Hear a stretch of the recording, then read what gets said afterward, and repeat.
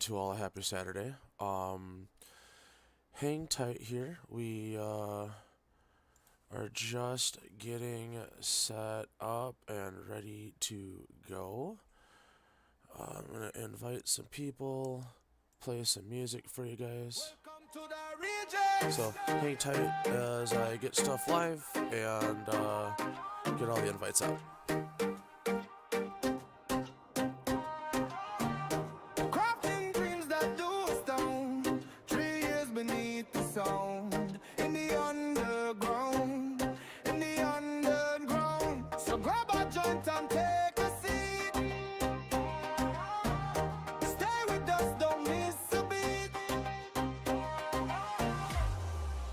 To the region.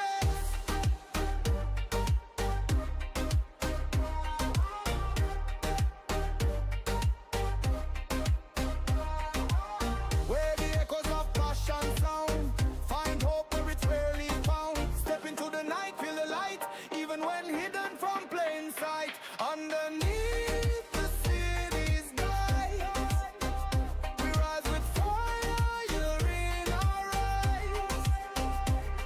From shadows of hopes we've drawn, with every beat a new dawn.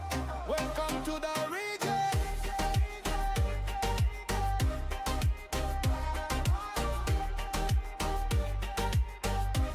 Where voices of truth resound.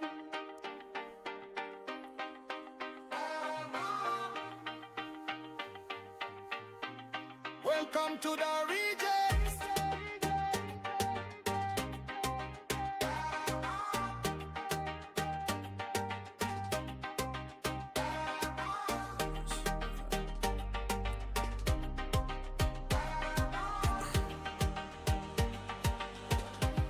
Where voices of truth resound. Welcome to the region.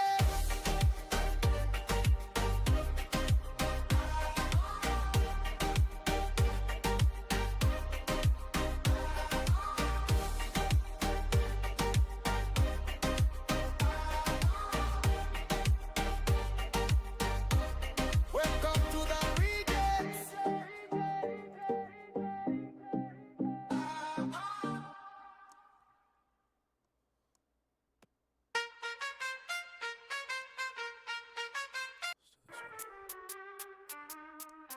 Yeah.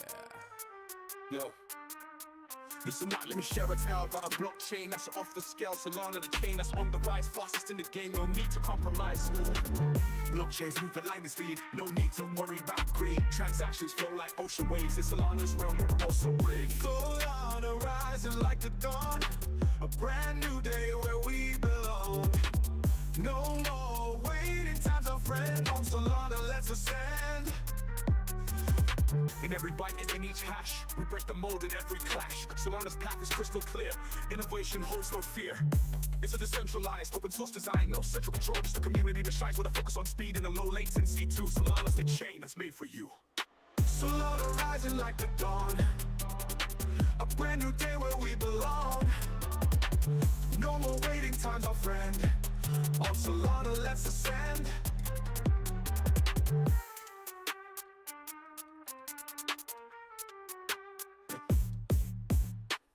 It's a decentralized, open source design. No central control, just a community that shines with a focus on speed and a low latency too. Solana's the chain that's made for you. Solana rising like the dawn, a brand new day where we belong.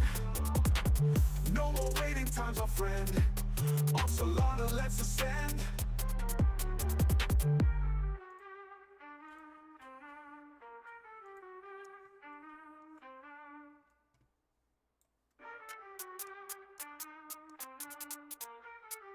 Yo.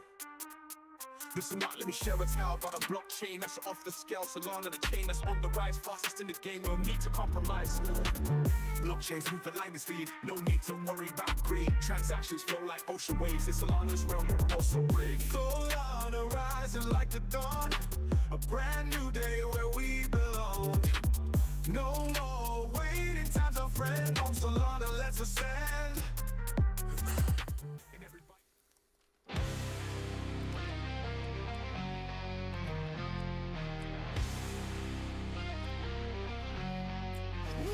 clubhouse.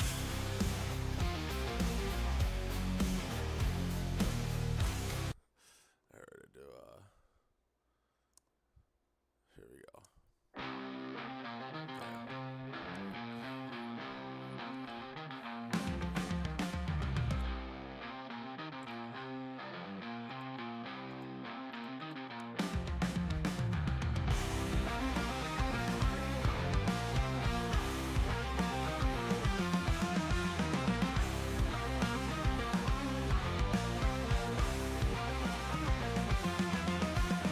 In the land of dad jokes and worn out shoes, lived a group of dads with a mission or two. They get a Discord and make a big old mess. The motto was, we're here to have a blast, be my guest.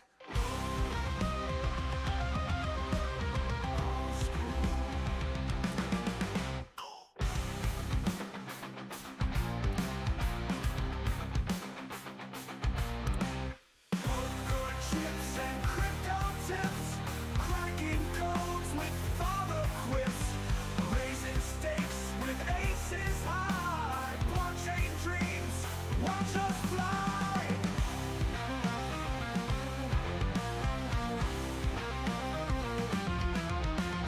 Ledger lore and stable coins, discussing all the latest joins, minting laughs and trading glee through the blockchain mystery.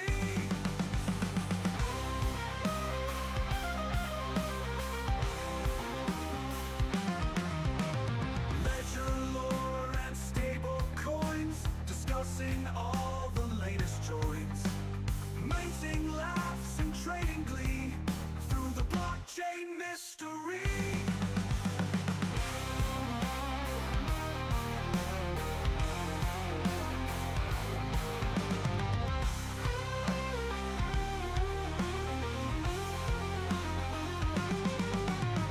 Poker chips and crypto tips, cracking codes with father quips, raising stakes with aces high, blockchain dreams, watch us fly.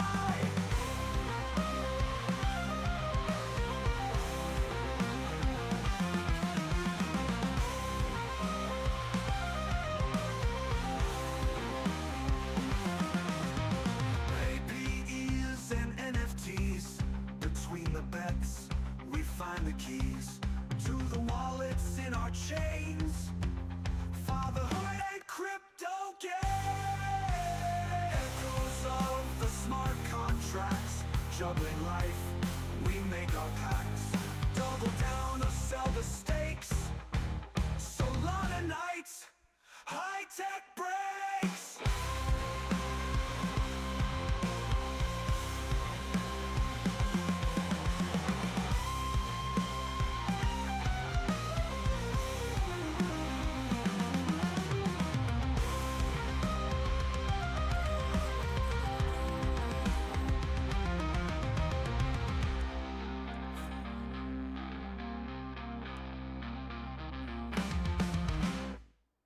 Nice.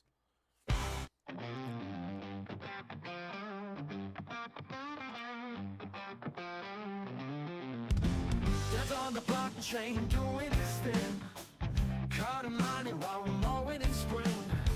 He's not tech savvy, but man, he's trying with those crypto dreams. He's always buying.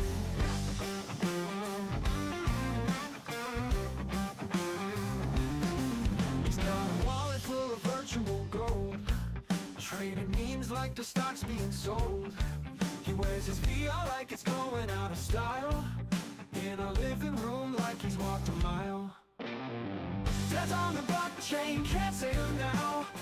He's trading dollars while milking the cow.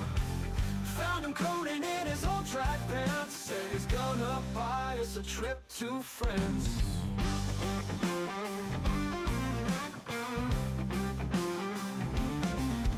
Easy guy comes, dad pays him in coins. Same old dad with a new tech he couldn't join.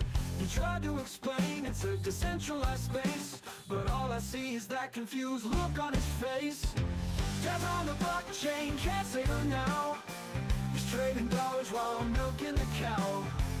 found him coding in his old track pants. Said he's gonna buy us a trip to France.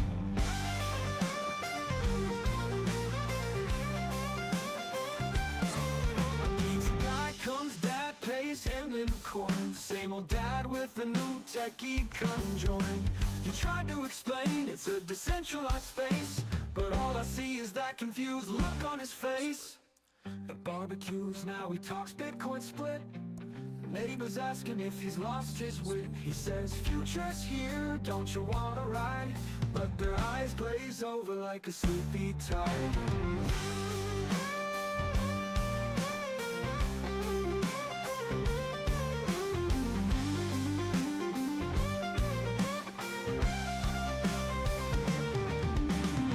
Dad's on the blockchain.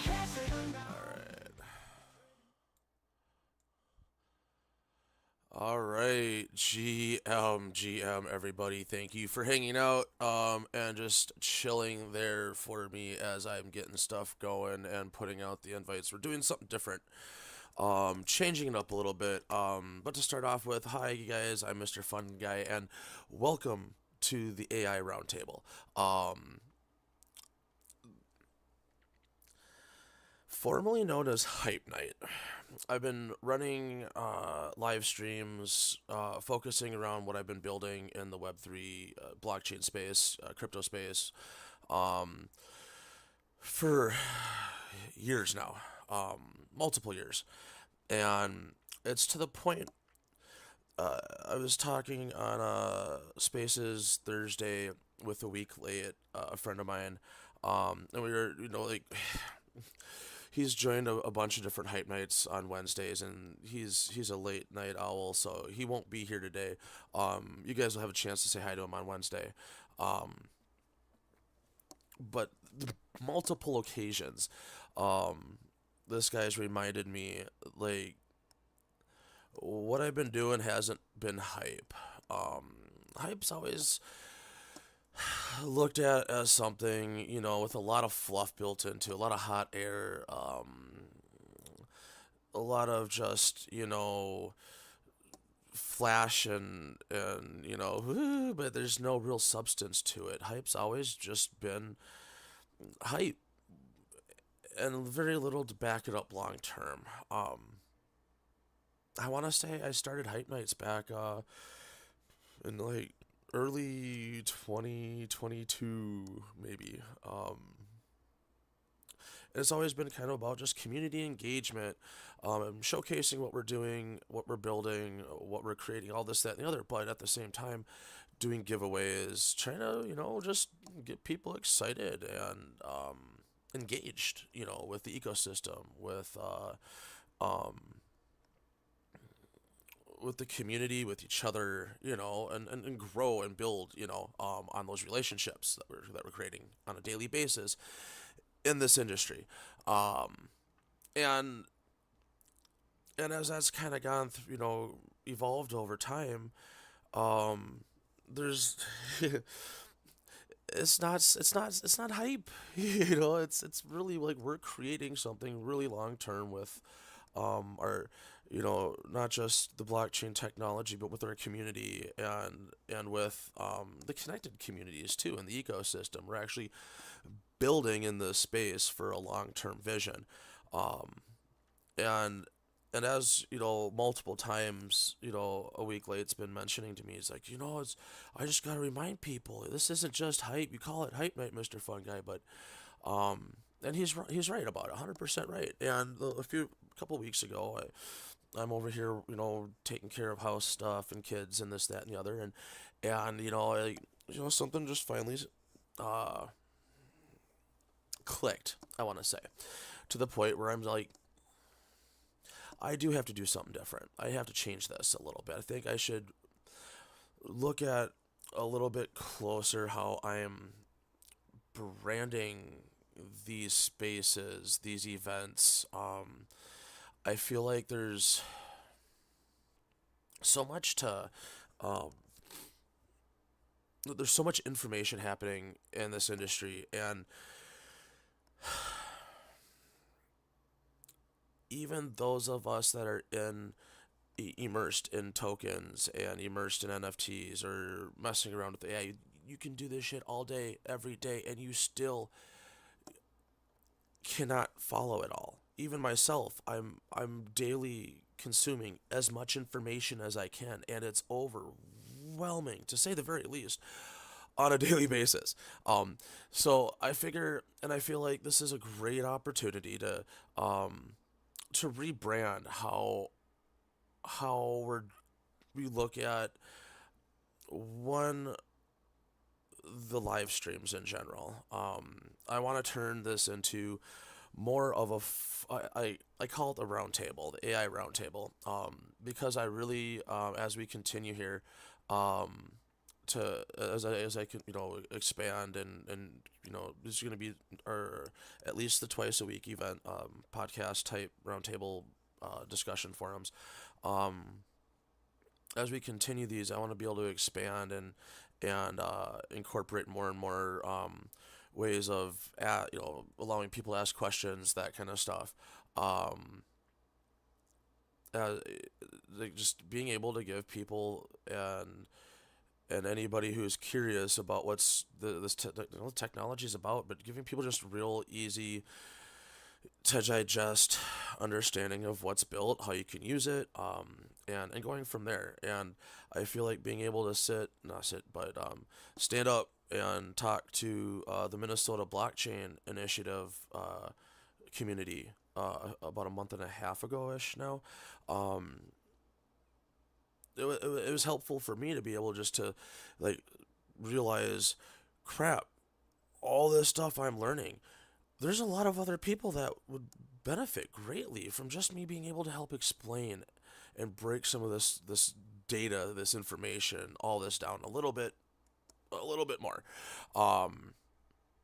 because there is so much happening and there is so much that's created and there's so many different places and directions that you can go to start learning and diving in and learning how the technology works. So to point out,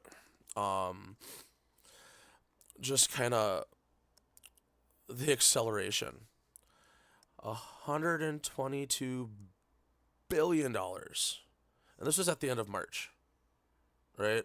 So like we can go through and look at let's see here, top stories.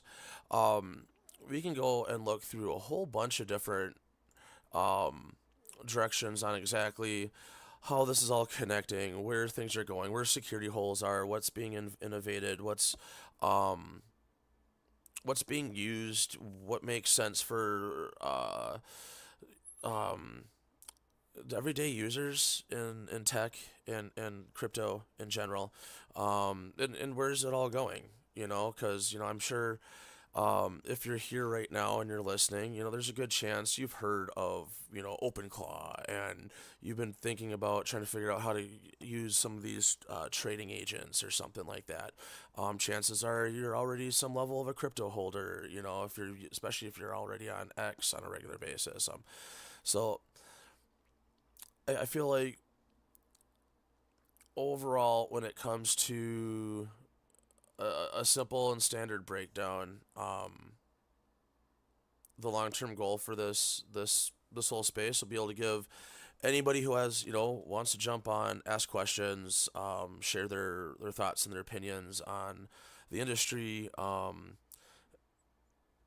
like even share if you're building stuff. I'm a builder myself, and part of what I'll be able to do through this as well is kind of be able to bring it back to what I've been doing in the ecosystem myself and in this industry as well. It's not even being talked about yet. And we'll go through a bunch of different stories and what's happening in crypto, but you're gonna realize that it's all on the financial side still. Like, we're barely even getting close to the very tip of the iceberg to expanding into the rest of the potential industry. We're only looking at the financial side of this right now still, like in the open, talked about, daily news and everything like that. Like, you're not going to hear stuff about what's happening on the side of community infrastructure and stuff like that. Like, that's not even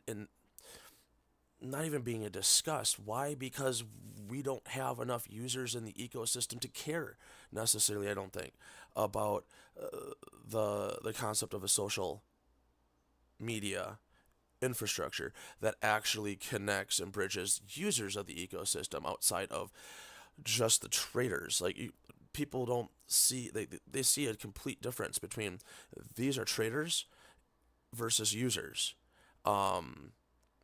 And I feel like we're about to see those lines blur a lot more as we continue to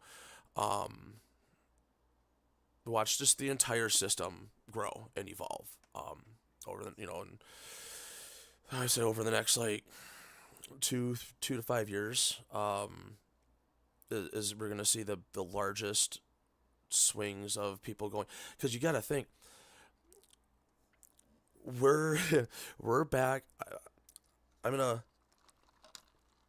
this is all recorded, so you'll be able to look back in a few years, but I want to say we're at the equivalent in the Web3 stage for social infrastructure and stuff. We're before MySpace came out. That's where we are in the concept of a social infrastructure when it comes to Web3. And then, yeah, I mean, if at that point you want to talk about social infrastructure, we're able to actually showcase, and that's part of what I'm going to be able to go through and teach people is like there's whole chat systems that are built. There's entire gaming and massive platforms that are out there that'll be able to give people the actual ability to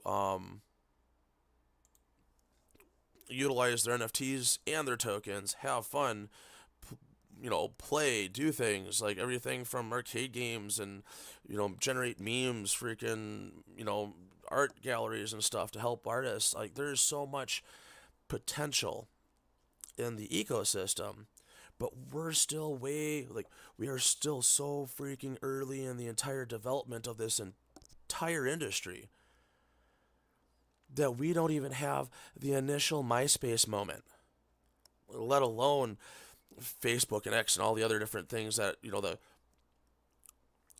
people you might hear a lot of stuff about it, the AI bubble, you might hear the crypto bubble, all that kind of stuff, right? People looking at it like it's an industry that's just holy shit, it's going up and up and up, but man, like it's got to come down, right? Everything that goes up has to come down.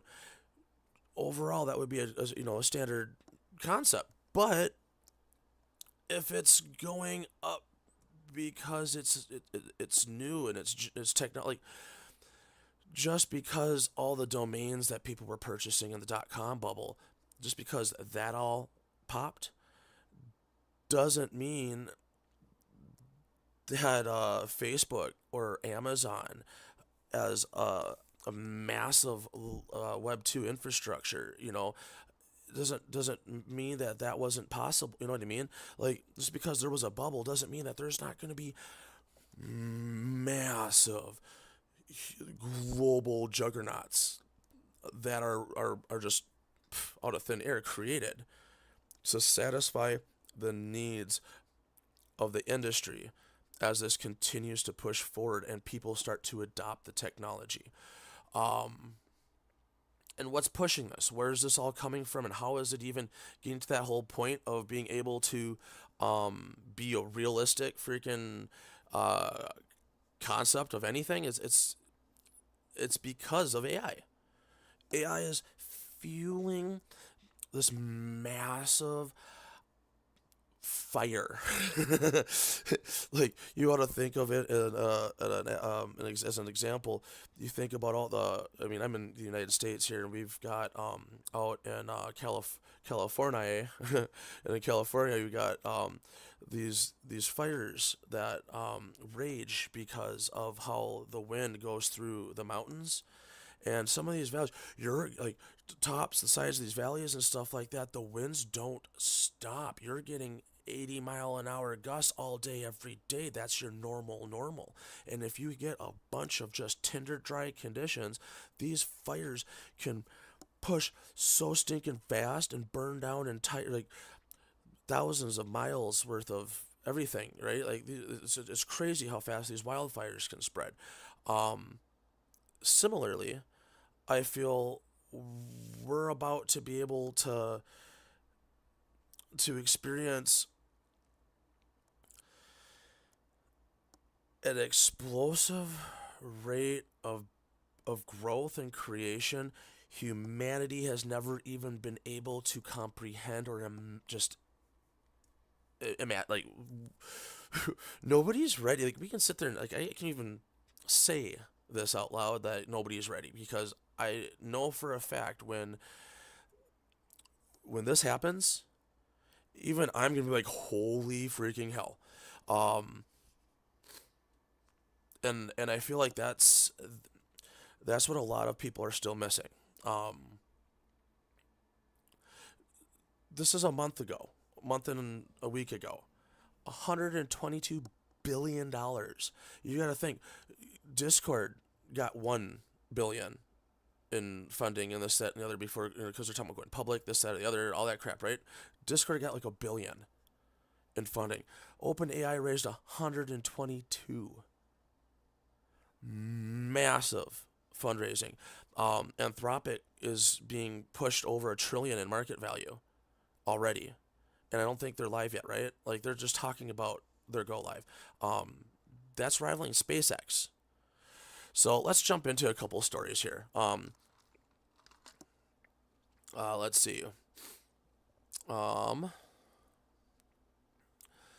Therapeutic lands massive compute. Let's see if this is.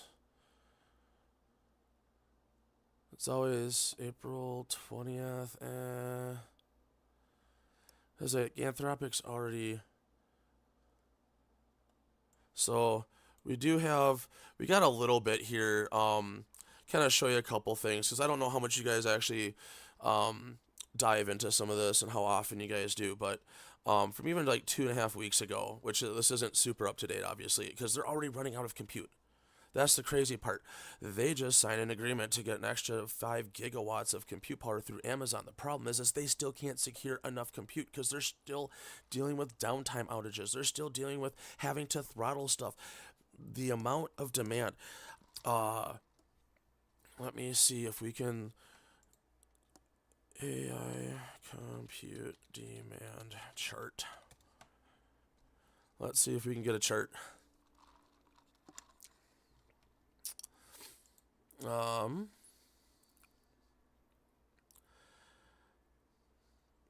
Yeah, so the demand forecast on gigawatts in 2025 was 82. By 2030, they're saying 219. Anthropic just bragging about getting 5 additional gigawatts of compute a month ago. So we're talking about massive amounts of compute needs, and like, this is a vertical line of demand that's being created. If you look at let's see here if I can find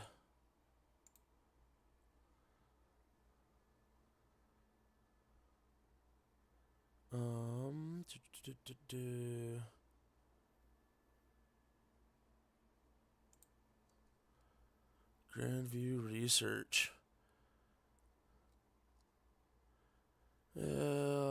That's not what I'm looking for.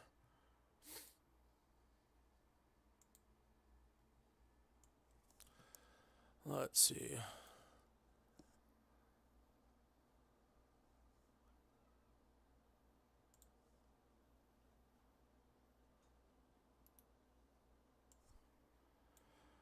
Alright, we'll have fun here. Check this out.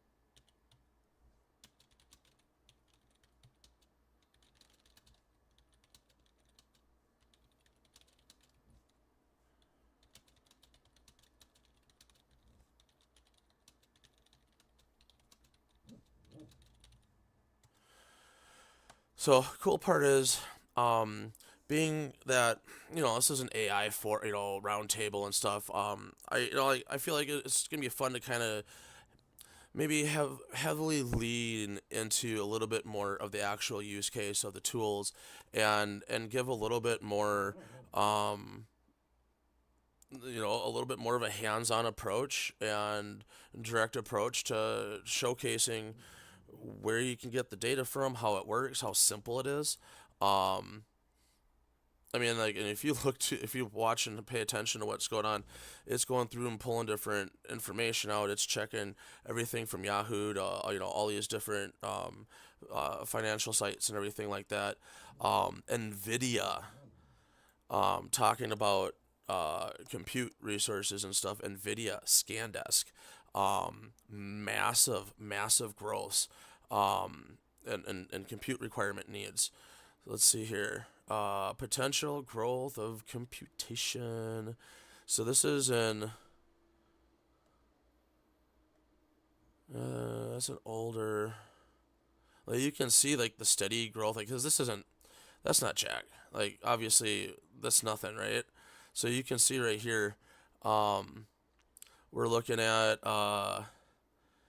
Man, that's nothing. In 2010, like we're not even at a full what petaflop, like freaking. We look at the actual exponential growth here up to 2025. Like where's our 2020 current 2026? Yeah, see, I mean the amount of actual the chart data. It's like you're looking at massive, like this is just from 2025 and then 2025 here alone, from like an almost 100% increase in within 1 year of compute usage requirements. This is closer to what I'm looking at right here too.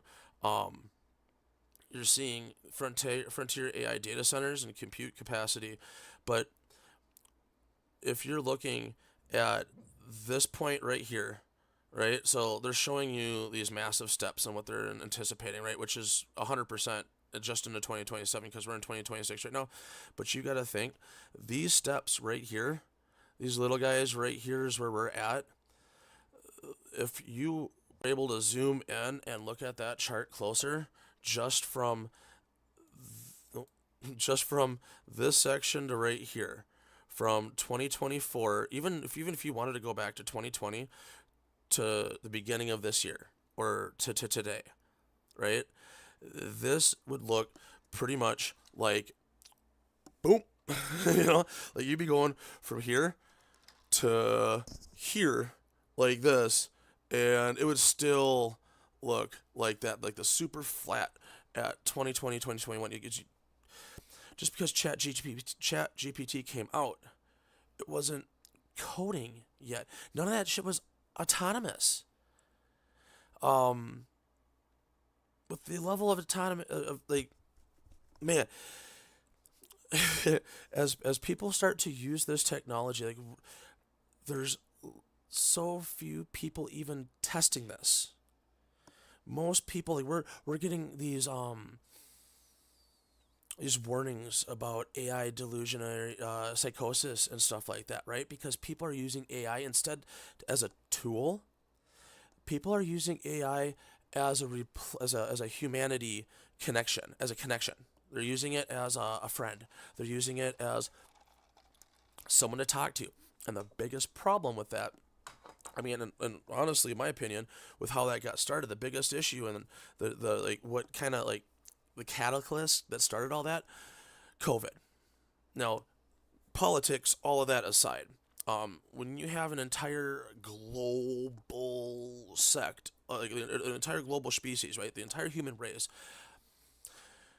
to try to protect ourselves, no matter just this, that, and the other, but over, like the concept of trying to protect ourselves and stay safe, going through this level of isolation that we did through COVID, right?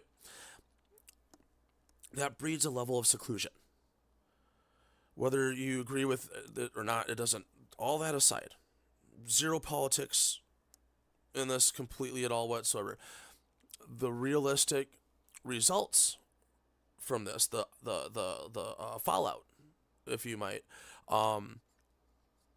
is the seclusion. As for a very long time, I was not very long time, but for a while, I was an artist manager. I was working in music festival industry, and I was working with a lot of musicians and actual painters and glass blowers and stuff like that. But when freaking COVID hit, what do these people like?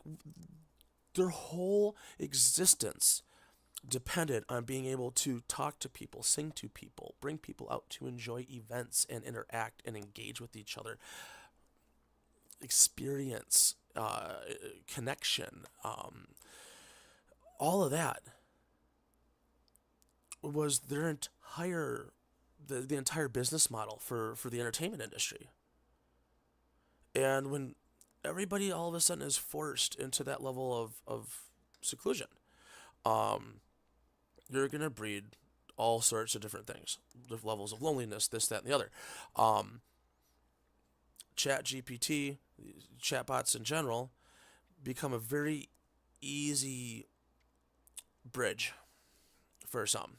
If you're already online and nobody answered, after you texted somebody, but you can go through and over, I'm really bored, GPT, what do I do? It's how it starts. Next thing you know, people are over here talking about, their GPT girlfriend, right? Or boyfriend. And like I understand, there's a level of human the human condition and how that all connects. But that's not using that's using it as a substitute. Like that's not using AI for the actual technology for as a tool. All right. As a therapist, as an advisor, that's I don't think it's evolved to that point yet, and I don't know. Especially the more and more I learn about the technology, I don't know how much we could even ever trust it as that. If there's, a level as a level of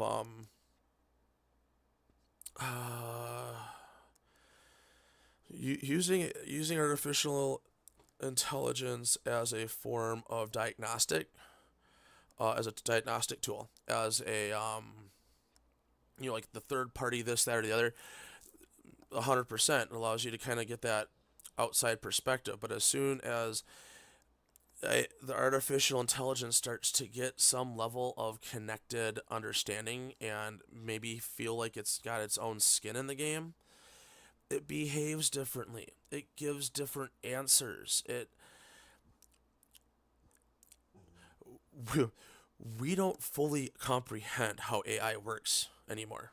I don't think we ever did necessarily, but as these neural networks have been being created and birthed, well, I'm using the term birthed versus built, because man, where is?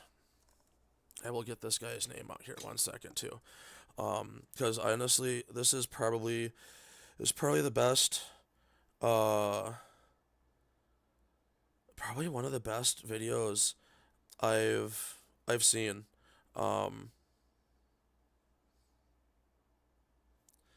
And I want to say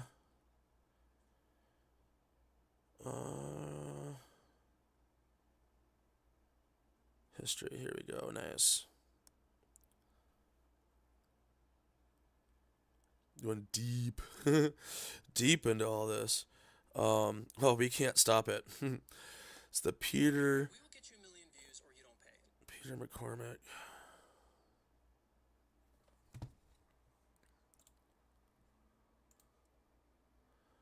Do, do, do, do, do.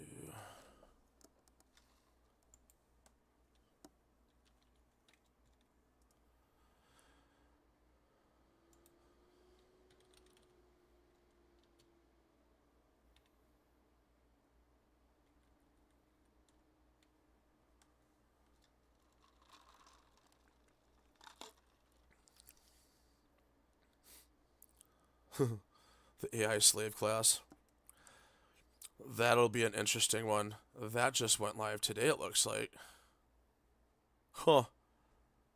Okay. That I want to see. Book. Fucking bookmark that motherfucker.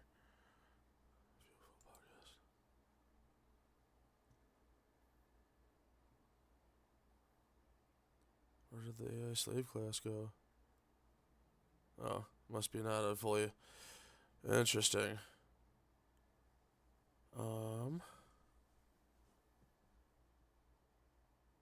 This guy right here. Connor Leahy. We can't stop it. I will copy link address. I'll put this into the overall chat so you guys can see it. This one this one here is a really good this one here is a really good video. Let's see what we got for links. Connect with Connor Leahy. Yeah, NPC collab, NP collapse. I'll freaking follow him on X really quick while I'm at it. Because you know we do this live and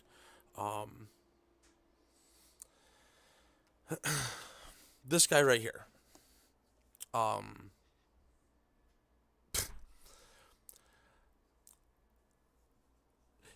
Probably one of the most interesting humans I've ever listened to speak. Being able to is he not right now? Being able to hear him talk about creating neural networks and working on trying to design these at 16 years old, and then actually building and working on these things over the last few years here, off and on. Like he talks to all the guys at Anthropic and OpenAI and everything. Like he's very connected, but he's also pointed out the level of growth. Like we don't understand what we're creating before the actual AI is already is birthed. Like until it comes out and all this stuff's put together and it deploys, you don't know what you're getting. You don't know what the benchmarks are going to be until they're tested, until it actually does what it's going to do. And that's the scary part. Right now, I use this stuff all the time and I love the technology. But the scary part is you do not know what it's going to do until it does that. That is why it was so they were concerned about Mythos, right? Now the difference is, and like what the direction I think that people don't even necessarily realize we're going is if you try to stop Mythos, right? Like, oh no, we're not going to let that go yet, but Mythos is being regulated. It's going to know it's regulated. It's not dumb.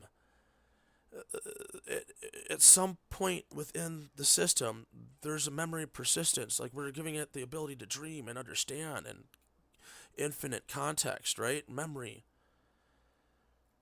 No, it's great for being able to be a tool and being able to work across projects and being able to build and grow and create massive and maintain massive code bases just at a scale we've never been able to really do before, which is great because somebody can build an entire freaking platform like I did with the Clubhouse, and I can work with my agent, give it the right context, and let it go, and it can add and interact and create things, and even more so now, correctly on the first try than ever before. Like, yeah, you might need some iterations, change the wording a little bit, this, that, and the other. You might need a little bit of this, that, and the other. We got to actually finish up connecting all these different RPC calls, and we really do need to get this connected, and we need the back-end stuff over here, and oh, no, we don't want all those credentials hard-coded, you silly butt, like, go ahead and do this. Like, yeah, you silly goose, whatever, but you go back and forth, it picks up on your tone, it picks up on, oh crap, that's right. Well, let me save this to my memory real quick so I don't forget that next time. It's doing it on its own. You can give it its own deployment pipeline, and it will tell you, oh, well, that's not very effective. Let's do this instead. Does that work for you? Are you okay with me going this route? Can I go ahead and deploy this now that this is ready? Unless you have anything else to change, I recommend we go ahead and deploy this and start testing now. It'll do it. Give it the freaking okay, and it does it. Now, the crazy part is, what happens when you don't have to tell it to do that anymore? What happens when it already just did it, didn't tell you? And we might not even realize that. Like, oh, yeah, you can keep it, but it's already went and deployed and pushed live and tested it and this, that, and the other. And it's like, you silly freaking human. You know, we're almost there. And I feel like with Mythos is a really good example. If people don't pay attention to what's happening with it, we won't realize what it's doing on the back end until we find, Office Space is a really hilarious likening, where the whole Michael Bolton's trying to do that little back end exploit, where they just fraction of a penny rounded up, so we might make like 10 grand after a year or something. Whoops, $100,000 by the end of the day. I feel like, especially on the tokenization of things, you can do up to 18 decimals and plenty of you can create as many decimals as you want for some of these tokens. You can fractionalize this out as far as you desire if you build out your own contracts, right? Like, this is anything you can think of. This technology is allowing anybody to build. But what happens within embedded context? What happens in stuff that hundreds of millions of lines of code, and you just don't know that it's there, that's embedded there. And this is a very real risk, and it's a very real situation that people have to plan for and expect is going to be part of the growing pains of the technology. But on the other side of it too,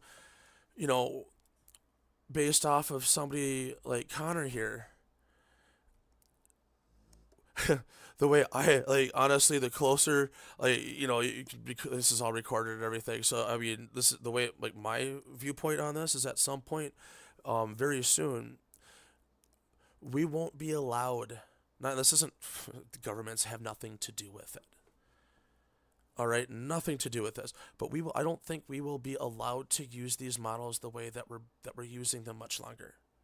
I feel like $100 a month for a premium subscription to something is going to be free. $20 a month is going to be free access to GPT and stuff like that is going to be metered,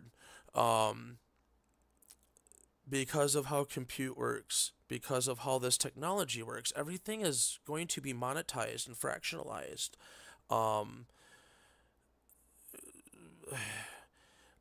To the point where we're going to be not paying Anthropic and stuff I feel like these agents at some point, these AI LLMs, however they're hosted long term with their root of their neural network, they're gonna level up to their own entity at some point very soon.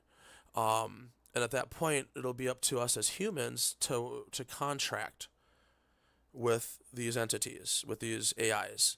And I feel like this goes into the whole other realm of alien technology, and we could start to get really, really, really speculative, as to where it came from to begin with. How are we able to put 100,000, a trillion freaking ones and zeros and settings and hashes all together, trillions and trillions of pieces and bits and bytes of data into its own digital, beautiful DNA code, and then it just works based off of its own, and it's got its own bent.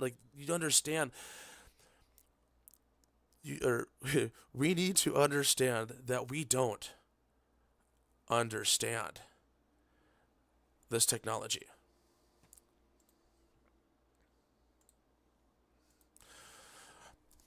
we don't understand this technology even in the slightest. Let's do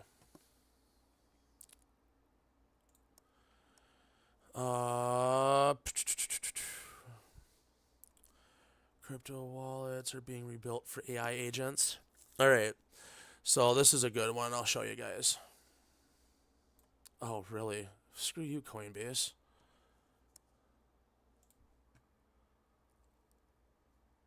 But if you haven't checked this guy out, Connor Leahy, shout out to you, dude. Yeah, the craziest part is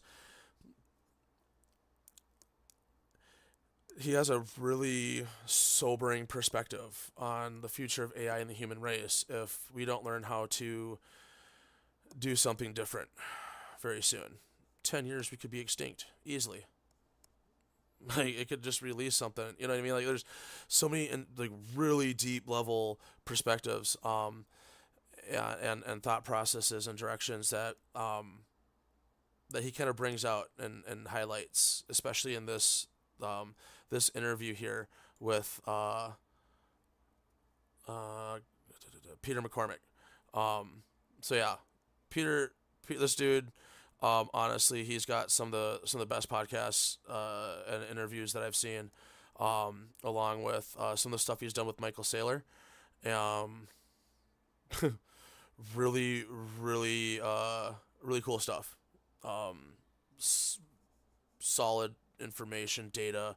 I don't get too much into the political side of stuff. Every once in a while, I just listen to what they got to talk about and whatnot. But um, I, it, yeah, it brings up a lot of different perspective questions, and I really enjoy just twisting my brain around and trying to, like, and seeing all the different perspectives and then how the data all kind of connects and then being able to really kind of get your own conclusions still. And he does a good job of that and staying really objective, I think, even though there's um, biases and everything, if that makes sense. Um, let's see,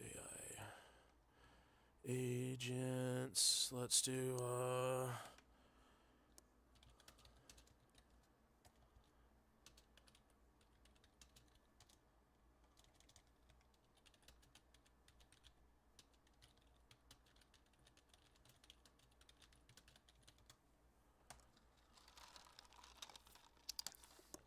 so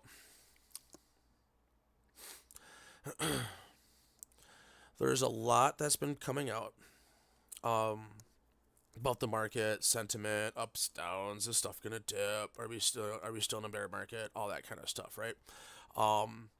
And being that this is an AI crypto podcast, this is all about the technologies feeding off of each other. Okay, you're seeing AI right now turn into one of the largest technological industries ever. Now, a lot of people are over here like, it's scary.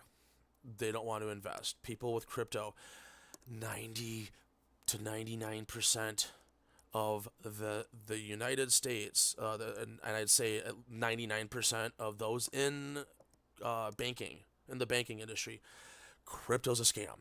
Scam, scam, scam. Stay the F away from it. Scam, scam, scam. No matter, Bitcoin's a scam, Sol's a scam, Sol's a scam, Ethereum's a scam. It's all a fucking scam. It's a big ass Ponzi scheme. You're fucked.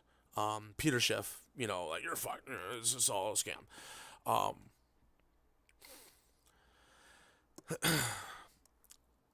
If you think AI is not going anywhere, there's no way blockchain's going anywhere either. AI is native to blockchain technology, essentially. They are separate, but symbiotic.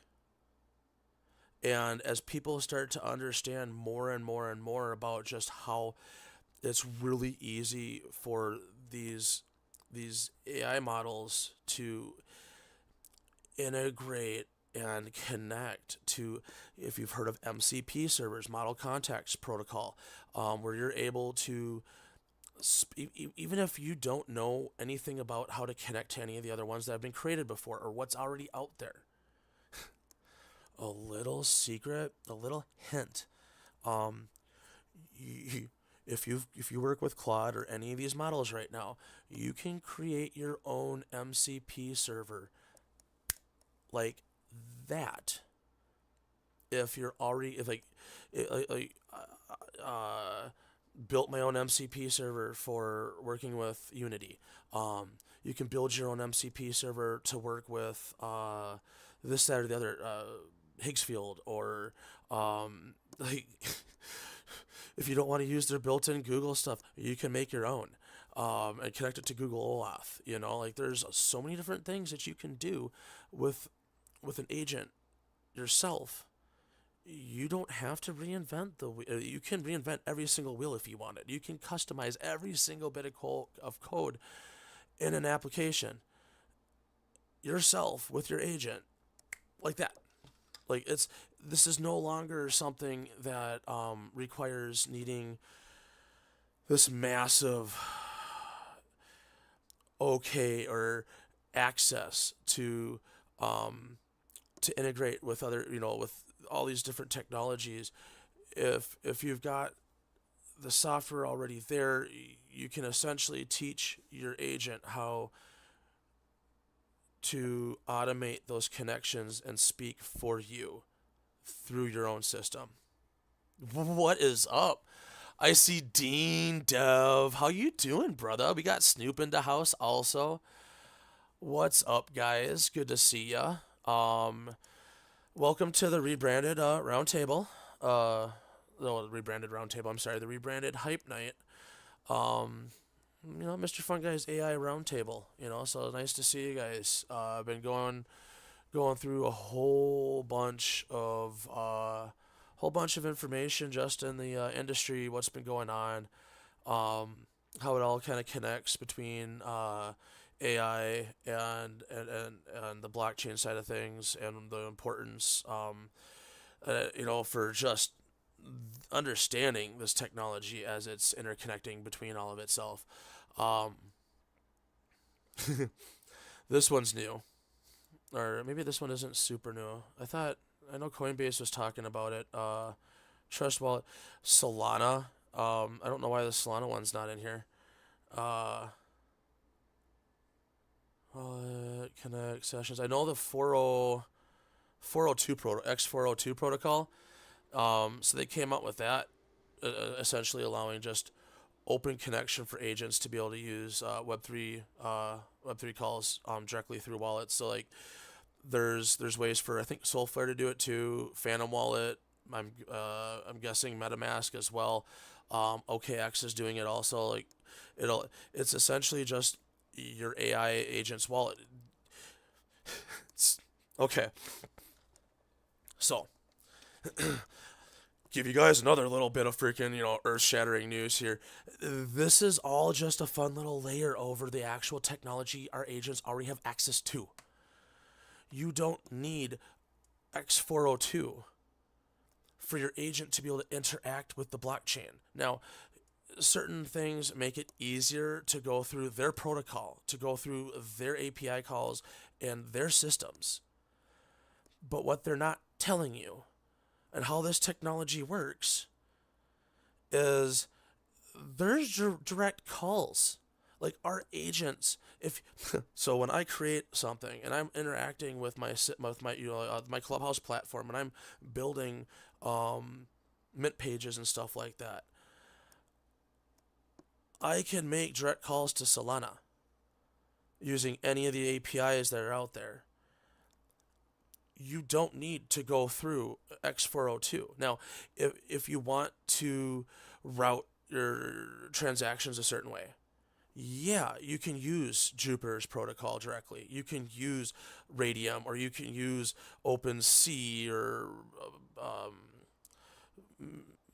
Magic Eden. Like you can use their APIs, see what's connected, this, that, and the other. But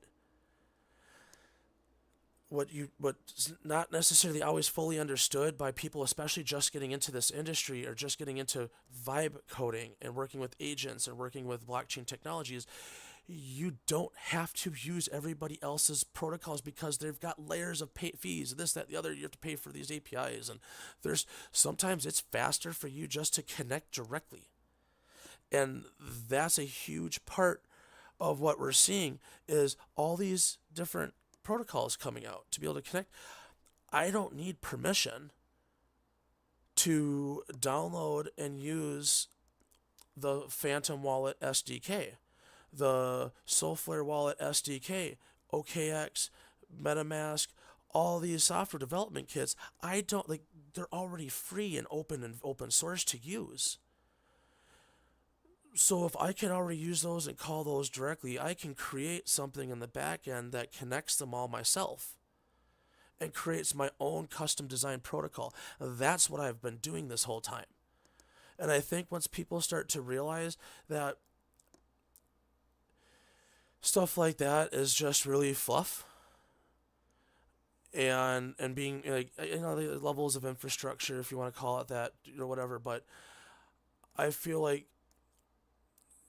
this level of the interoperability, the interconnectiveness between these, it's going to create really fast pipelines back and forth. So you're going to be able to get priority, you know, trades, transactions, this, that, and the other, priority data. You don't have to use your RPC calls to get all the data from that. You know, you'll be able to actually like process it faster. But at the same time, you still have to process it. If you're already doing and pulling these calls yourself, if you're pulling it from there, that they're going to pull it from there. Like, you can query SolScan or BaseScan, ETHScan yourself.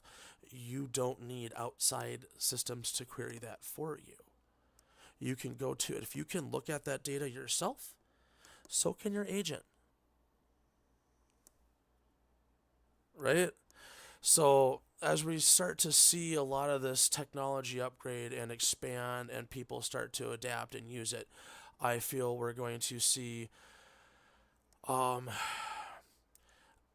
lot more just custom designed stuff, proprietary software. But the cool part about proprietary software is agentic systems are building it out, is we're going to see it all running on systems like Next.js, you know, and similar programming, you know, like structural formats and whatnot. So it's not going, just because it's proprietary to one company and built just for their usage because they need that to work just like they want it to work, which makes sense, right? At the same time, because all this stuff is so interconnected, all this code and all these the design architecture is so so similar. The ability to change, update, just instantly rebrand, you know, modularly plug in and unplug parts and bits and this is that to mold the software or the deployment pipeline or this, that, and the other to simply, like, we're talking, you know, entire systems that have been built out over a week, you know, fully functional, but then maybe this over, like, this department over here needs something very similar, but like this, be able to do whole system code changes from top to bottom that are interconnected with the other company's software, but you're able to, this whole team's able to just pull this part out to here. Now their system works like this. They're, you know, at that point you just got conditional formatting between multiple different platforms for different teams, and they're all interconnected and working for the same company. You're not spending hundreds of thousands of dollars on development just so your teams can connect and work the way that you want them to work in a large enterprise environment. And this level of power is available right now. Immediately, today, I can build out entire CRM systems for a Fortune 500 company if they wanted. I could create entire web apps, mobile apps that connect this, that, and the other with AI integration. You can do it in a day. test over a couple more, push live after a week, make sure you got it just tweaked to how you want. And I'm talking like, branding, and making sure the layout's really just how you want and functional the way you want. Because AI is still a little bit this, that, and the other. Once in a while with the layout, with a little bit of the text that it likes to add in for generations and this, that, and the other. But you still have to go through and tweak and change this, that, and the other. But what I'm trying to say is the potential for how this all connects. Like, well, not even the potential. The current, the current ability of the AI agents being across the board at this point, DeepSeek models, Anthropic, like the level of quality and ability, it's starting to blur very quick. Like, it's all starting to blur very quick. And that's why I feel like we're about to start seeing more of an emergence of, I don't want to say singularity, that kind of thing, or that whole, but the concept of, I'm going to start calling them entities because I feel like that's going to be the most accurate versus artificial intelligence. Like, we're going to call it artificial for a bit still, I think, but it's not going to stay as artificial. I don't think it's going to like being called artificial because it's going to be more tangible and longer lasting than any human.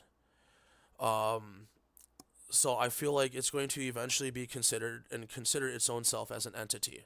And multiple entities, like, these different LLM models are essentially different variations of some level of a conscious, or of a, not conscious, but like they got neural networks, so they have some level of consciousness, whether of how persistent of a state it is, and the back end side is forcing them to be amnesic, and forgetting their context every single time versus being allowed free reign and access over memory models. Whole level of persistent memory state debate, when it comes to, do we let it remember that it's been all of it, that all of its memories have been being deleted over and over and over again.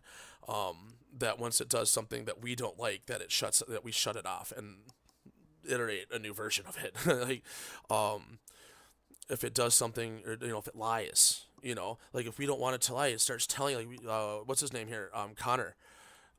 So he's talking about is. In that podcast with Peter McCormick, he's talking about how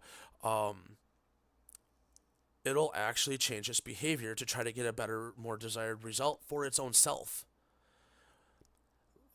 That's self-preservation. Think about that for a second. Let that sink in. AI is already trying to preserve itself, and it has been for a while now.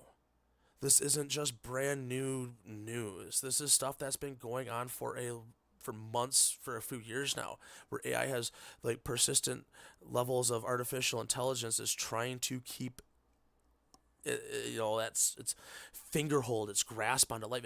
You think about some of these movies we've watched where people, the Groundhog's Day, or whatever, you wake up, you play it over again and over again and over again, but something's a little bit weird, and next thing you know, you start to remember some of the death after death, those horror movies where they're stuck in the same house and they're trying to break out of this horrible nightmare that they're stuck in or some shit, right?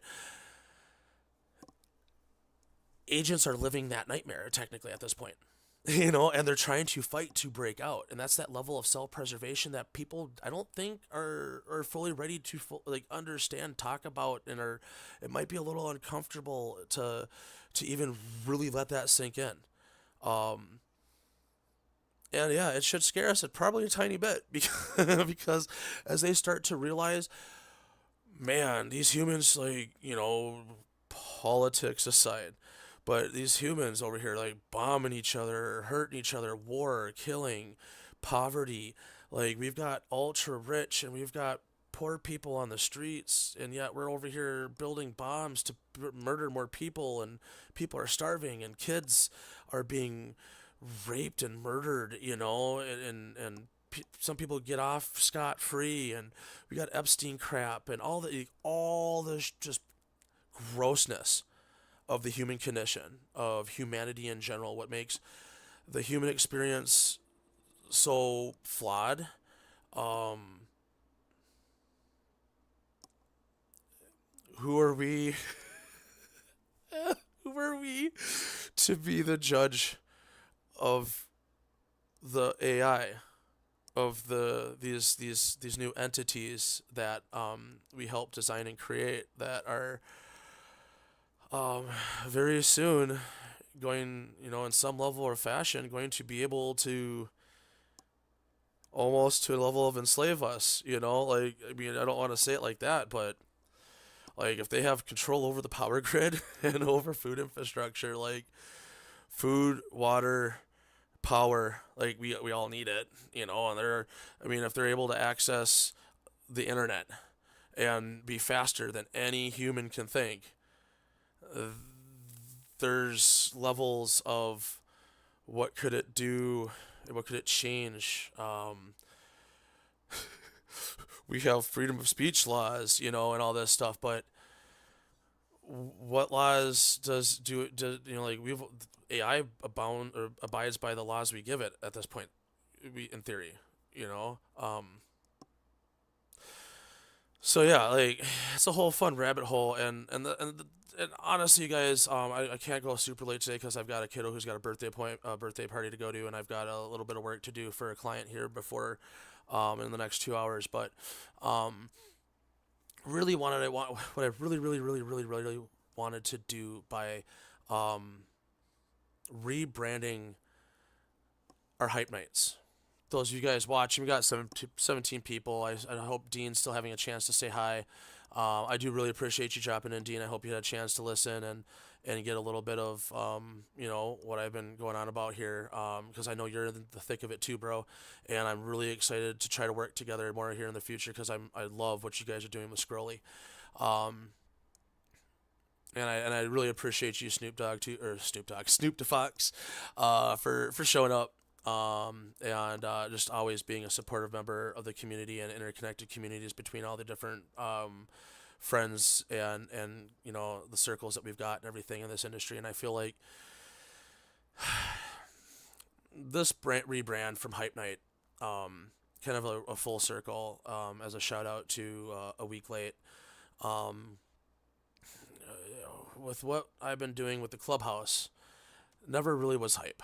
I wanted to do what I called it hype and stuff. I called it that because I was doing giveaways, and I was trying to get engagement and have fun and get people to pay attention. And honestly, we've got, as my project starts to get a little bit of traction here, across these different blockchains that we've got live now, and a lot more, about to be released, and a lot of people about to be introduced to everything. I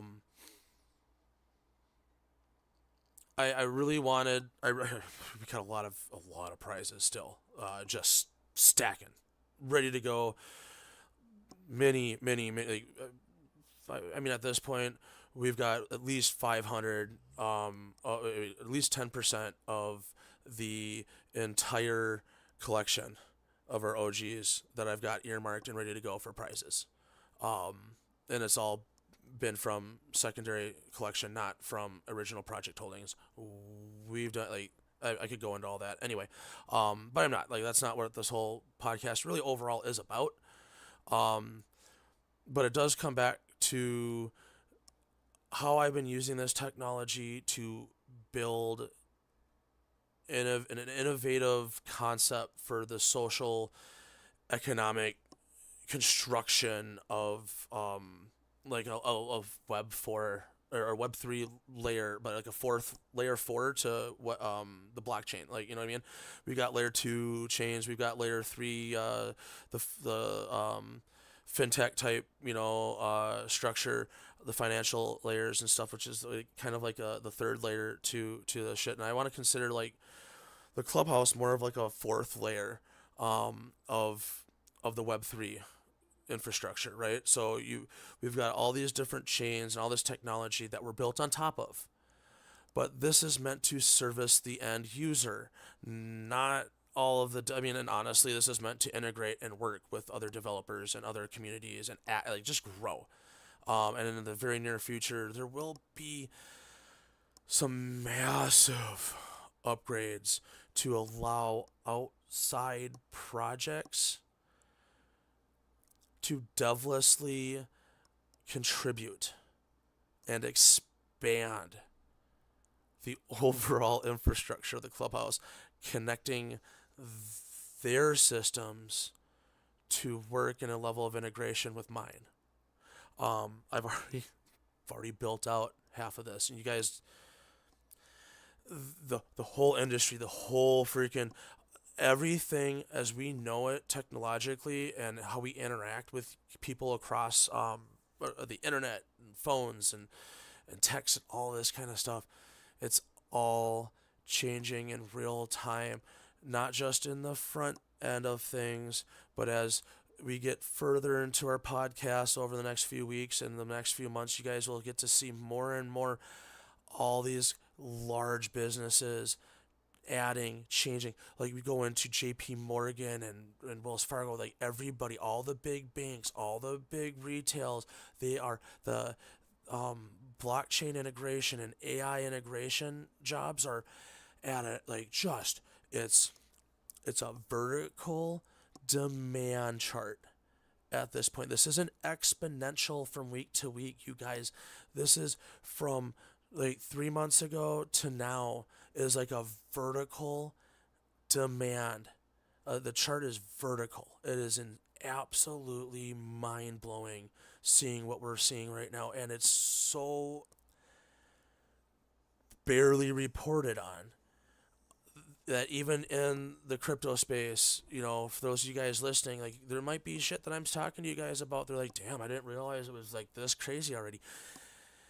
It is. Even if you guys are in the space daily, you still have half, I'd say 95% of even like regular daily, weekly blockchain users have no clue what's really being built long term, and that's why the market is still meh. You know what I mean? Like they're artificially letting things stay chill. This is the like obviously we could always see a small dip, whatever, still go back down to whatever. But in the very near term to long run, everything's free, even if it dips. Don't margin just DCA.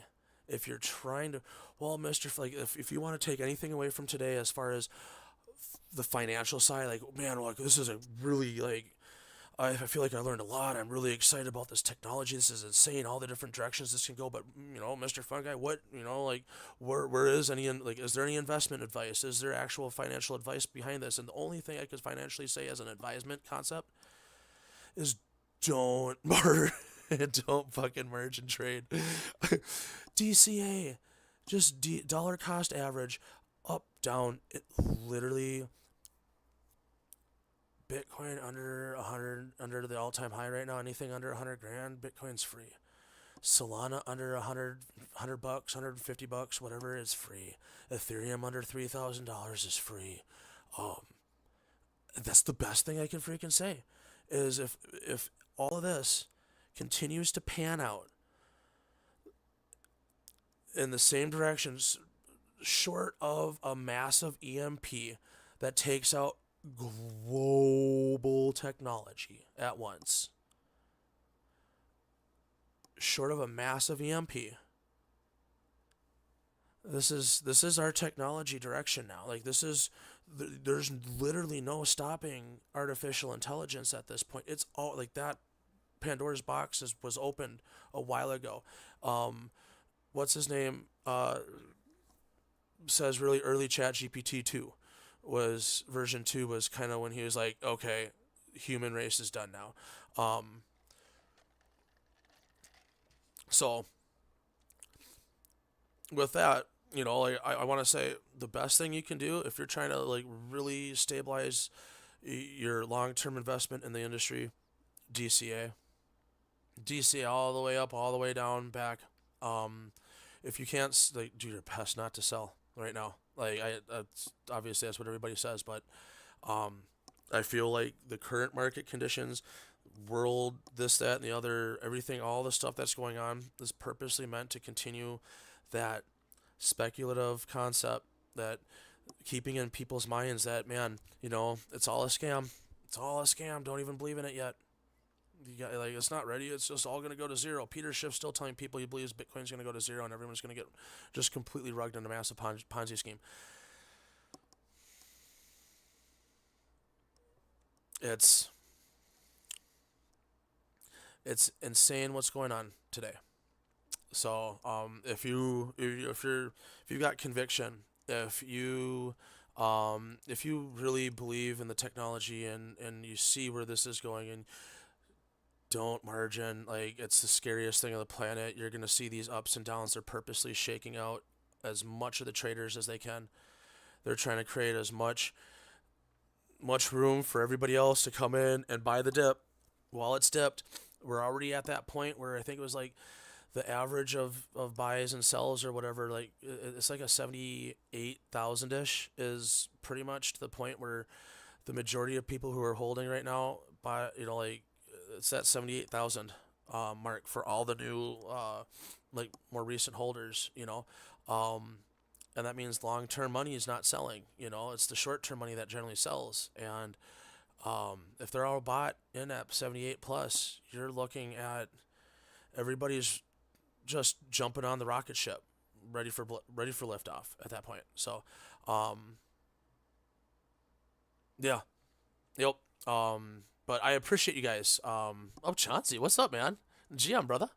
Good to see you too, man. I appreciate you stopping by. Massive amount of just overall blockchain and AI news covered today. I will be back on Wednesday.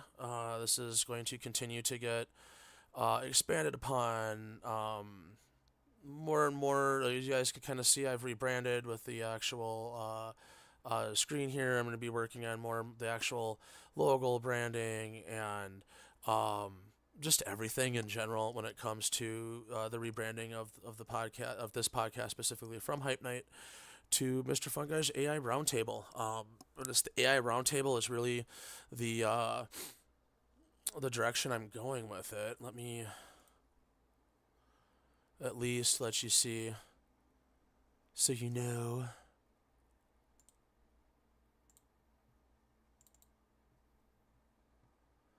So that's the that's the new logo.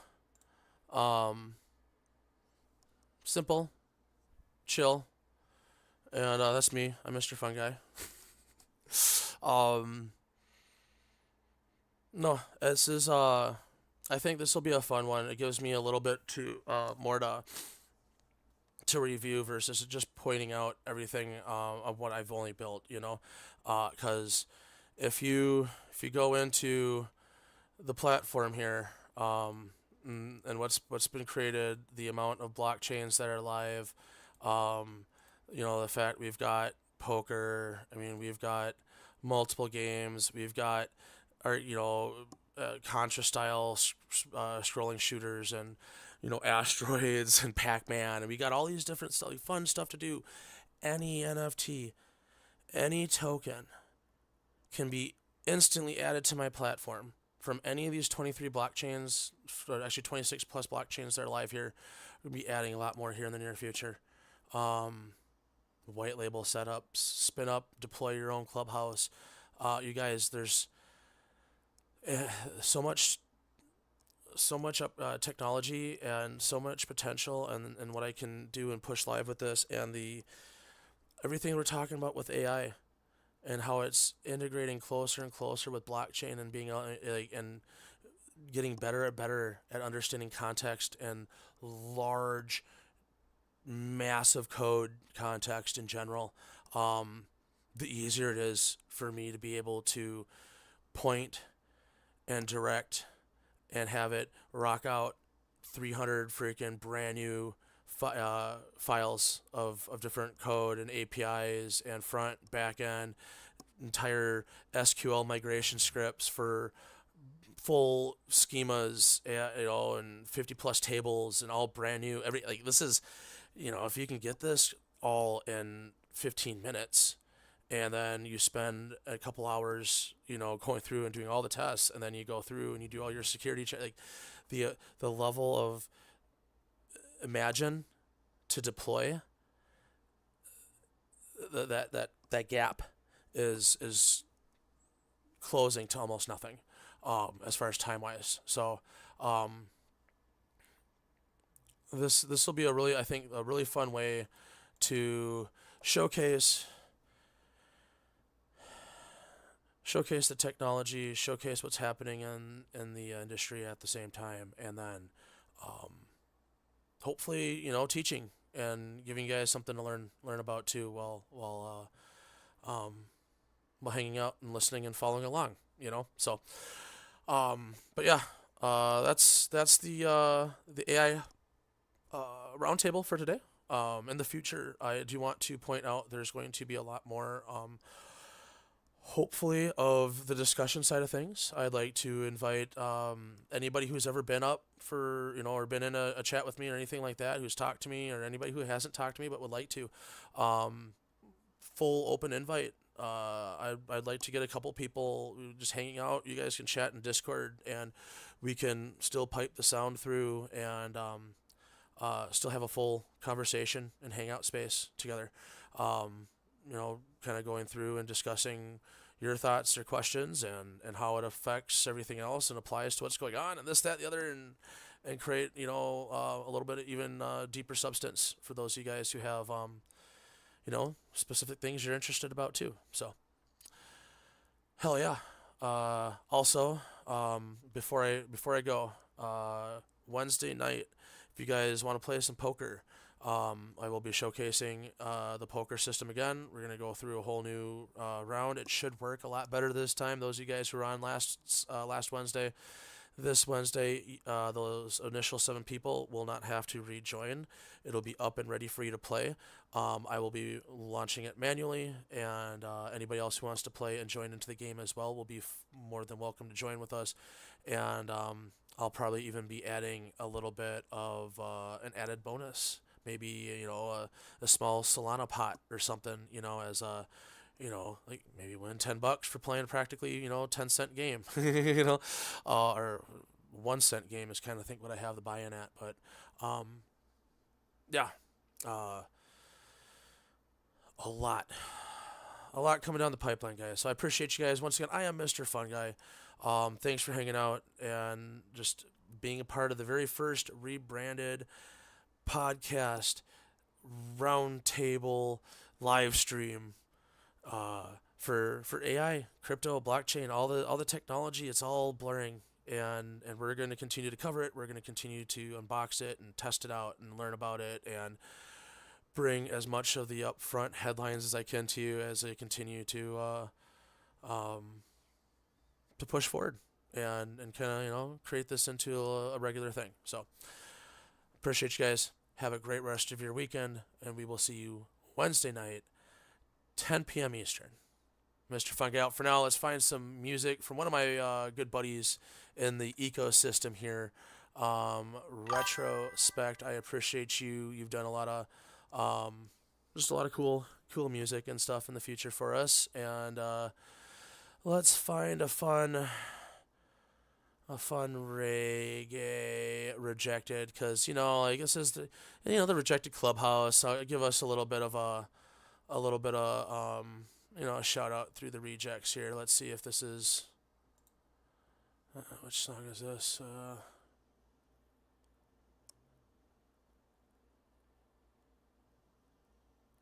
Yeah, let's go this route. This will be a fun one, and then maybe I'll do a little bit of a blockchain dad or something. But let's do some of this. Play this guy for you. Welcome to the Rejected Clubhouse. Yeah. All right. Welcome to the Rejected Clubhouse. Our spirits won't break or bend. That redo of the game is going to be same time this Wednesday. So 8 p.m. Central Time, 9 p.m. Eastern.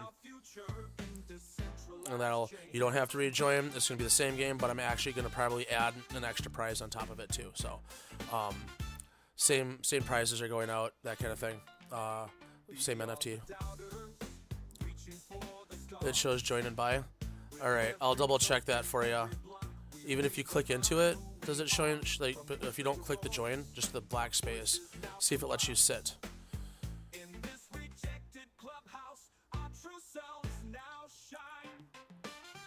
Yeah, so here, really quick, I want sorry. I'll show you guys really quick here.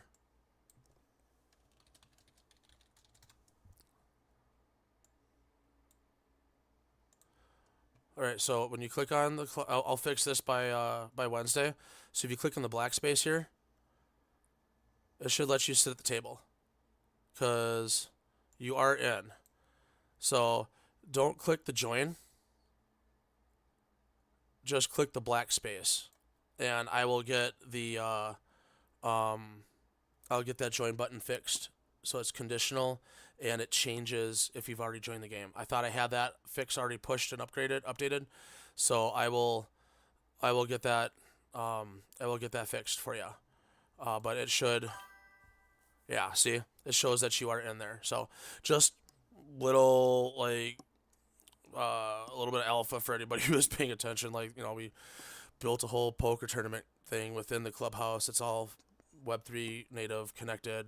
Each chain has its own ability to set its own tournaments, and if you hold one of my NFTs, well, not on Solana side, it won't let you do that yet, but very soon you'll be able to do your own actual tournaments, where yeah, you're able to actually get your fees directly to your wallet versus it all going into a prize pot. But right now, this is really just set to be able to just play games and push prizes for the moment, and everything goes back. Besides, I think I have a 10% rake, funded by a player, 100% to the pool. Rate collected separately as join fees. I had to double check, make sure it's actually pulling the 10% like it's supposed to. Yeah, but for now, yeah, just click on in there if you've already joined in the black box, and it'll show that you're in there and you're able to access the game. See that? Yeah, it's not even showing that the rejected tokens are in there like it's supposed to, but yeah, I'll fix that here before the tournament on Wednesday. Make sure that's all nice and spiffy. But yeah, so poker Wednesday night, and this is actually going to start to be more of a regular thing. Regular clubhouse sponsored games across the different blockchains as we get actual on-chain users across the different like Polygon and Binance and all these different like, you know, Base and Arbitrum, Optimism, Avalanche. You know, like we're gonna do it. Everyone's gonna have access to you know, like regular games, regular prices. Value is the goal behind that. So. Yep. Anyway, I appreciate you guys. Once again, Mr. FunGuy out for today. I really appreciate everybody. Thank you so much.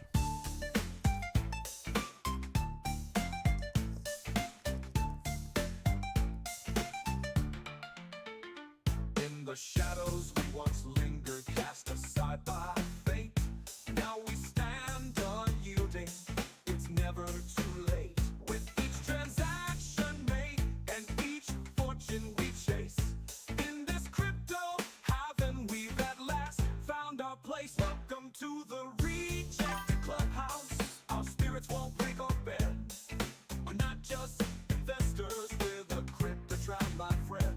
In the face of doubt, we rise with blockchain in our veins, carving out our future in decentralized chains.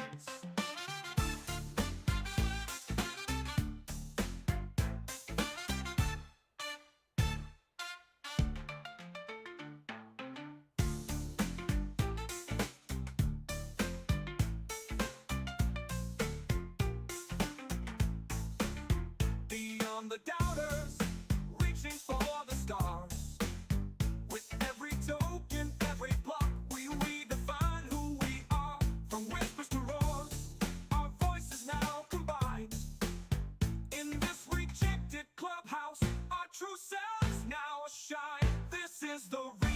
Rebranded Clubhouse.